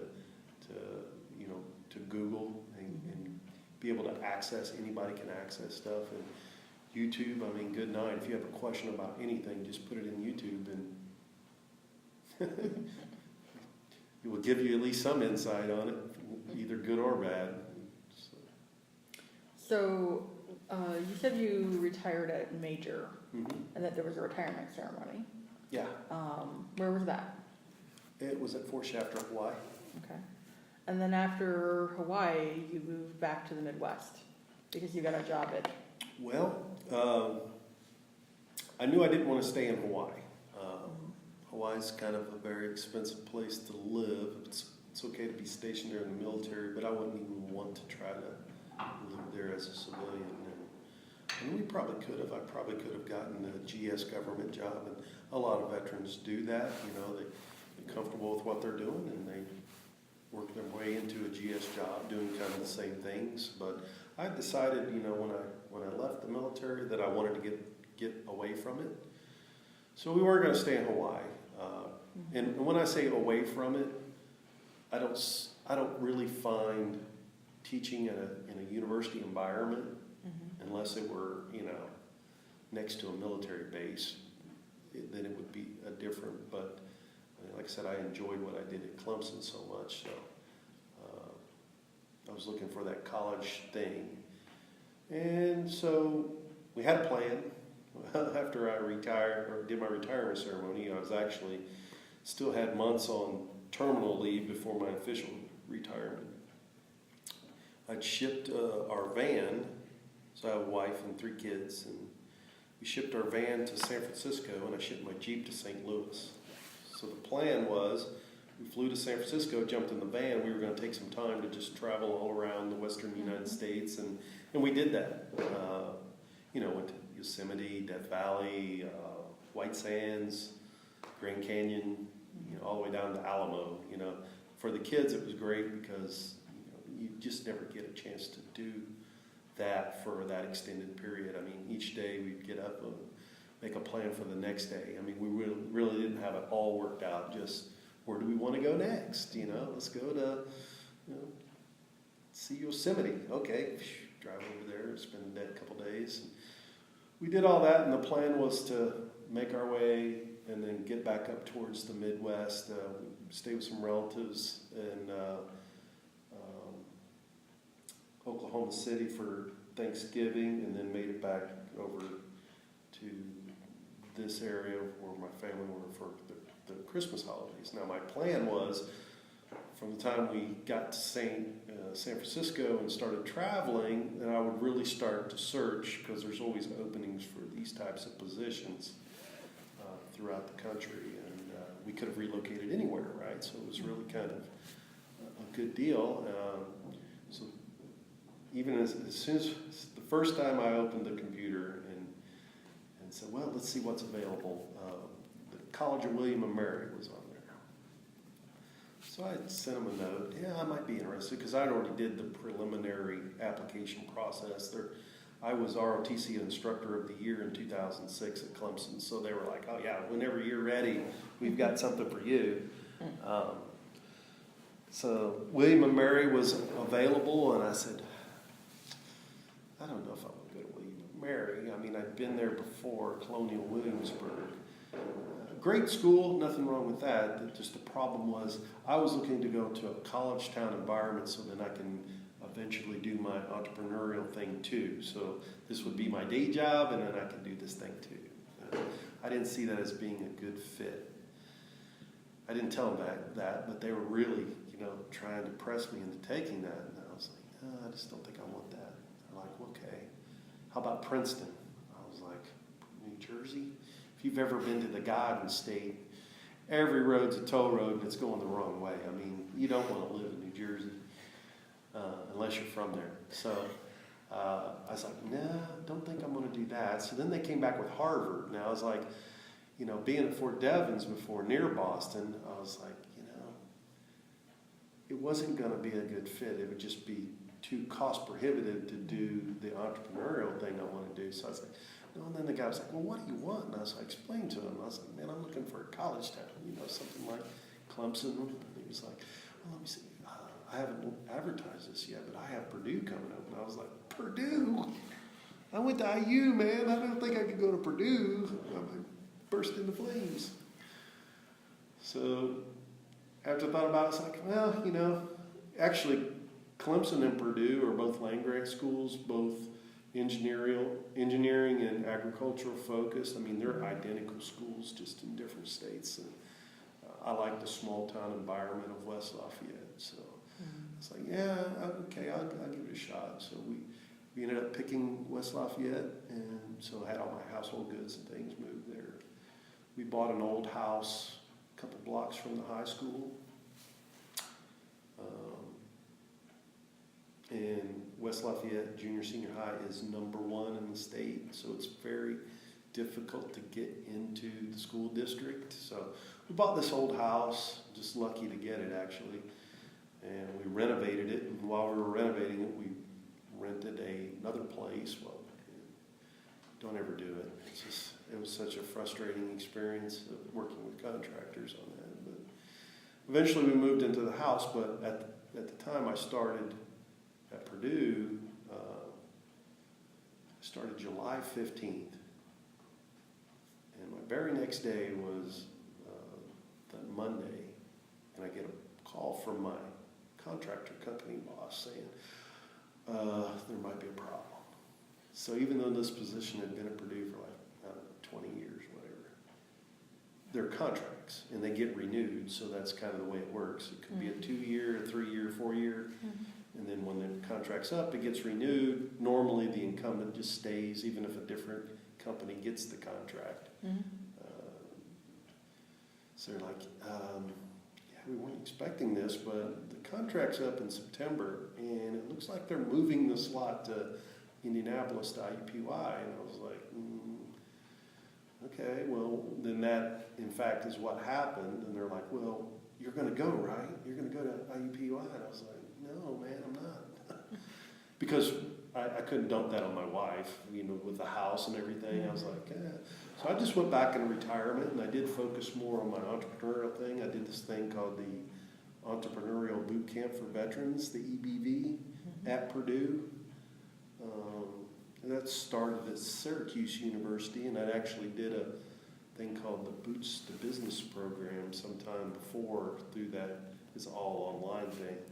This one involved a resident course at Purdue, so always inching forward. I just like to poke the ball forward every day to try to make that a reality one day. So. And then the position opened up here. Yeah, then so I went into retirement, and I was, I did. I'm financially independent already. I'm 46, retired. I don't have to work. I don't have to do anything for the rest of my life, so I don't want to. So I know that's a luxury. Not everybody is in that situation. I had put away most of my money, my little cash along the way. So even though I was on the pension plan from the Army, and oh, by the way, 1 January of this year, it won't be available anymore. You know, they're changing that to this new blended thing. Basically, all military folks will have a 401k after that. So there's a trade-off. One is, right now, if you don't do 20 years, it's like, thanks for your service. You don't get nothing, no severance or anything, you know. If you did 10 years in the Army, it's like, go off and get another job. So it's all or none. Stay to 20 and retire and get a pension. It's the last pension program out there, I think. So the new 401k, if you just did 4 years and get out, by the time your retirement age, 60, 59 and a half, whatever, you will get something for your time in the service, even if it was only 4 years. So that's kind of the trade-off. But now the kicker is, if you do 20 years, you won't start getting your retirement pay for the military until your retirement age, like everybody else in a 401k type of deal. So you'll be working till you're 60. That's basically what that says. And in my case, I retired at 45 and didn't have to really work again because I had also taken advantage of that, they call it the Thrift Savings Plan, TSP. That's the government version of a 401k. They'd opened it in 1999, I think, and said, hey, if you're in the military, it's almost like a test bed for the new thing, you know. So, heck yeah, I'd already maxed every year. I'd opened a Roth IRA, and I had another mutual fund, and they opened the TSP.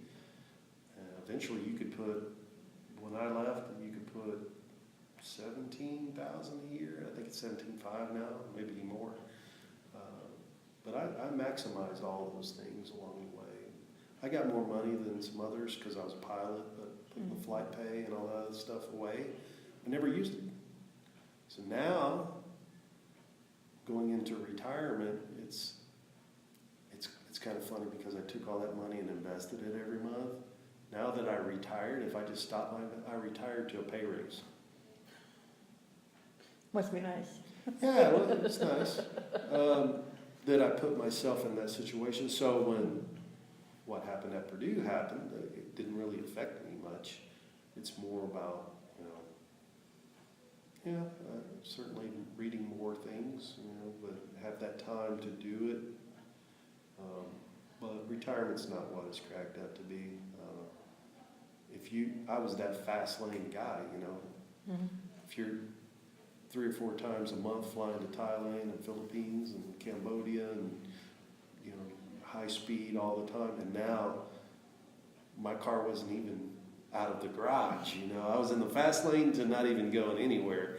The walls start to close in a little bit, so I was getting kind of bored. And then when they called me, hey, what do you think about Illinois? Would you do that?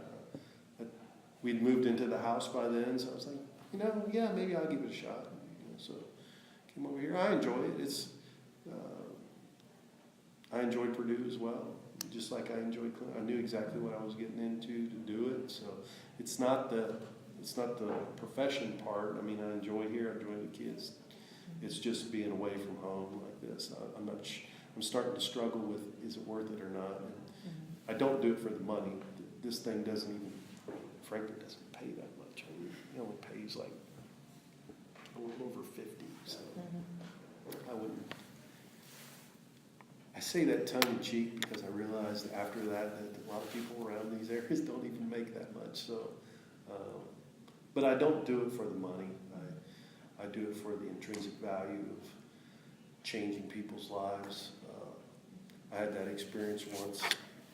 This kid, I was wearing my uniform, walking around Clemson campus.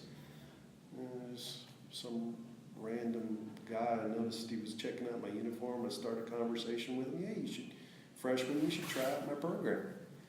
Yeah, so he registers, and years later I'm at an exercise in Korea, of all places. I was CP Oscar in Daegu, and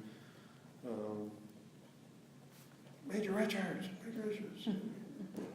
Oh my God, this kid that basically, he had no idea what he wanted to do with his life, and I basically talked him into it, and he decided, wow, I really like this, and now he's a captain, and so, I have to thank you for, everything. I wouldn't be here if it wasn't for you. That type of thing made it worthwhile, So readjustment. Sorry to have to interrupt. I have to actually be at work right now. And this died, unfortunately, so if you want to start recording and then just send me the rest. Yep. Okay. The question's about library. Oh, really? Yep. Just about books in the library? Okay. So would you say that you've had kind of a rough time transitioning back to civilian life? Because you were in the service for 26 years. So that's a Yeah. long time. Yes. How should I put that? Certainly when you make the decision that you're going to be a career person and you're going to stay to retirement, it's this mark on the wall that's a goal that's way out. It seems like it's far, far away. Mm-hmm. And then one day it's there. And most people like me, that's all I'd known my whole adult life was being in the military. But I tell people, if you're in the military, you're going to leave one way or another. You know what I mean? There's going to be a day when your time in service is done. So you just have to. At first I don't know if it's the right thing. I was kind of excited to get out and do something else, and I had done my time, and questioning is it the right time or whatever was always a question. And then after I did it, I felt like yes, it was the right time for me to move on. I've got other things in life that I want to do and I want to accomplish. So I still have goals, and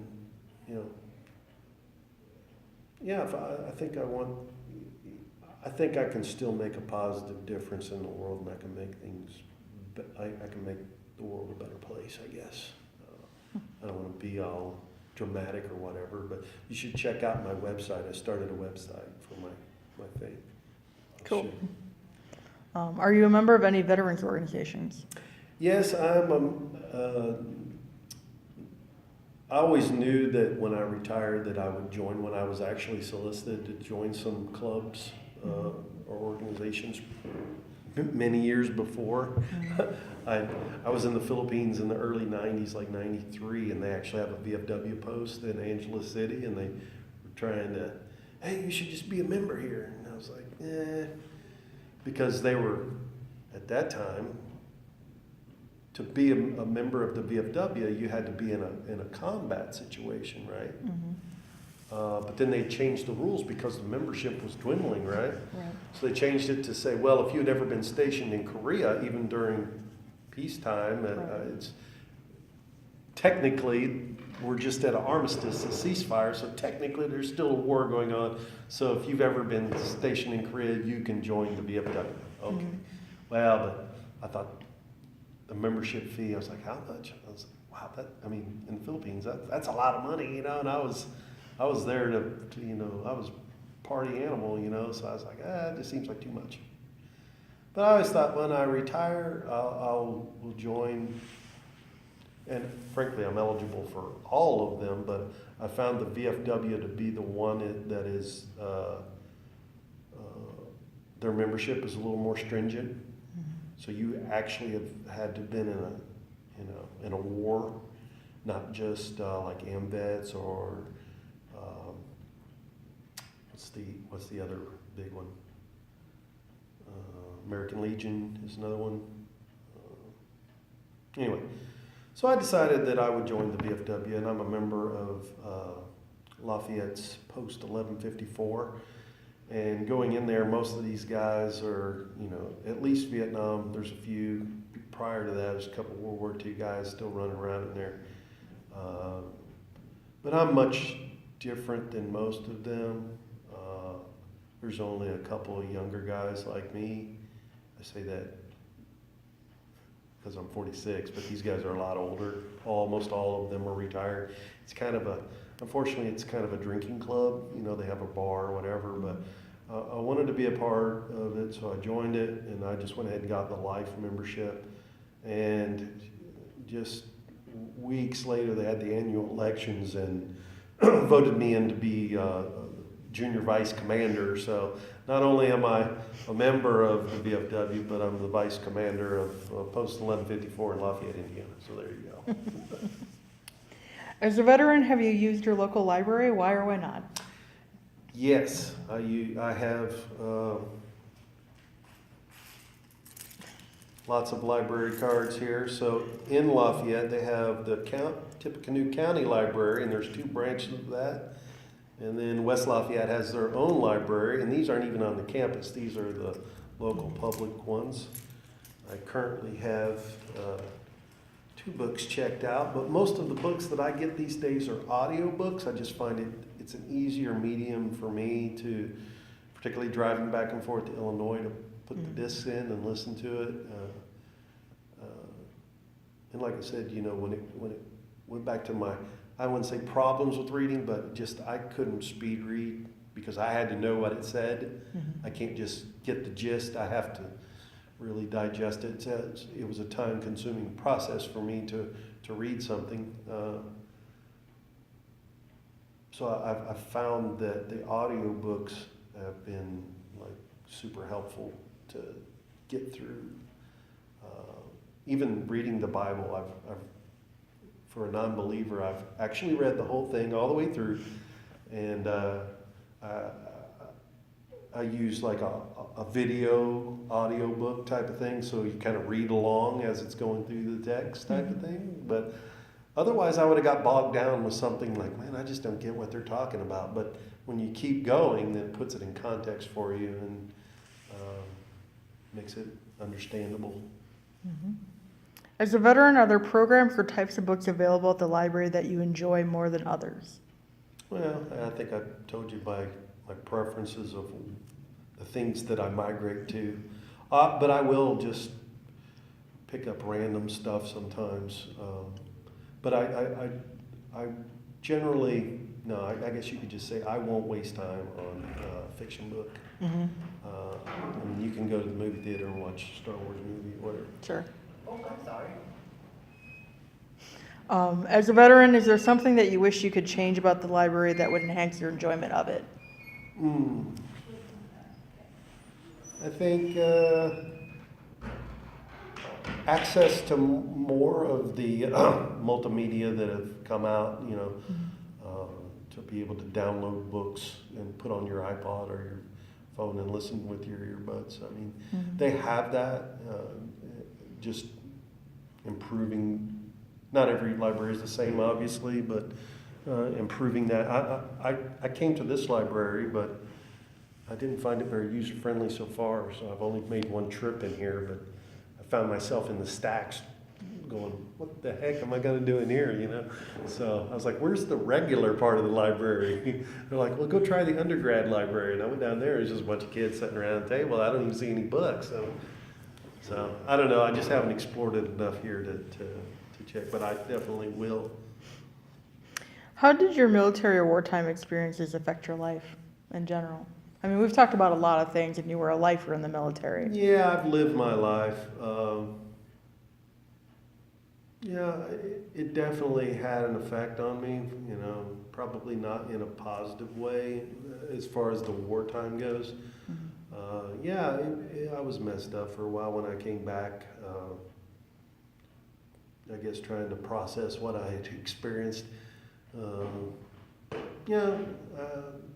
If you've read books on that topic, folks from World War II, you know, returning from Europe or returning from the Pacific, they had several weeks on a boat to kind of decompress and, you know, put things back, or at least rationalize what they've done and how to deal with it. And then you had the time of Vietnam where one day you're in combat and the next day you're back in your living room. And so obviously I kind of experienced it from that realm as well. You know, one day you're over there and the next day you're back, and you know, the rest of the country doesn't really, I mean, sure, they'll watch it on TV and, oh, yeah, more people died. Okay, move on to the next thing. Don't interrupt my Starbucks, you know. Life is going on here. It's like what happened in Niger. A lot of people are like, what are we doing? I was in Africa too. I mean, and stuff like that can happen. There are people out there doing this type of stuff every day, but we're over here worried about who's winning the Monday Night Football game. So to leave that and come back to everybody else is living this whole other life, and you're not worried about, you go in a room and you put your back against the wall. You like to see everything in front of you. You do think of, safety and security kind of comes to the forefront. I learned a lot about Maslow's hierarchy of needs when I got my master's degree at Clemson. But if you don't have security or you're thinking about it, it's hard to think about the next level of needs of, if you don't know where your next meal's coming from, I mean, it's hard to think about, well, these higher off things, wonder what it's all about. What message would you like to leave for future generations who will hear this interview? Kids, grandkids, things like that. Well, I'd say the military is not for everyone, but I think a lot of people that maybe don't think it's something for them, it could be for them, to challenge themselves, to, be patriotic and serve your country, and I think that's important. All those things were important to me, and I'm proud of my service. I think,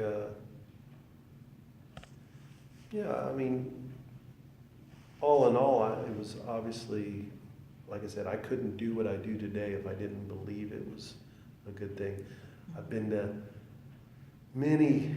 to every continent except Antarctica. I've seen a lot of different countries, a lot of different cultures. America has its share of problems, but by far our system is the best thing going. And that's why people are immigrating and risking their lives from Central America to sneak into the country.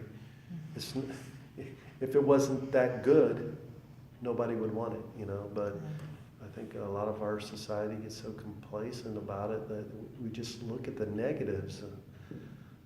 I hate I'm a news junkie I like to watch and know what's going on, but frankly it sickens me to watch the news because they don't have anything positive to say. It's all negative. I guess that's what sells. But anyway, I think that we wouldn't have our way of life if not for folks that serve in the military. So, and frankly, the military's done a lot for me. I certainly, I was not, like I said, I came from a broken home, and didn't have a glamorous childhood. I wasn't a stellar student in high school. I took the harder classes. I took AP classes just because, but I was lazy. I didn't really do the homework very much, But I graduated fine. It wasn't like but I was kind of a B, sometimes C student, So I guess I was just average as far as applying myself in high school. But I think the Army set me up for, like I said, you were moving forward on this conveyor belt of success.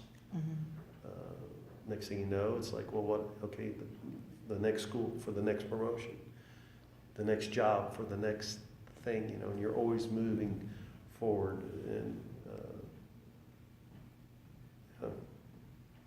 Is there anything you feel like we haven't discussed or should be added to this interview, and if so, what? No, we covered a lot of stuff. I rambled off in a lot of different tangents, so I'm not exactly clear on what it is you're going to delve out of. Do I get to see it before you post anything? Well, for the exhibit, yes, you can see it if you want. I'm in the process of making it right now. Okay. The entirety of the interview will be deposited in the Library of Congress, unless you decide you don't want that. No, that's fine. I mean, So it Library of will, Congress has got so much stuff in there. Who's ever going to read anything that I put? your great-great-grandson. Maybe. So, Well, paint it in a positive light then. okay.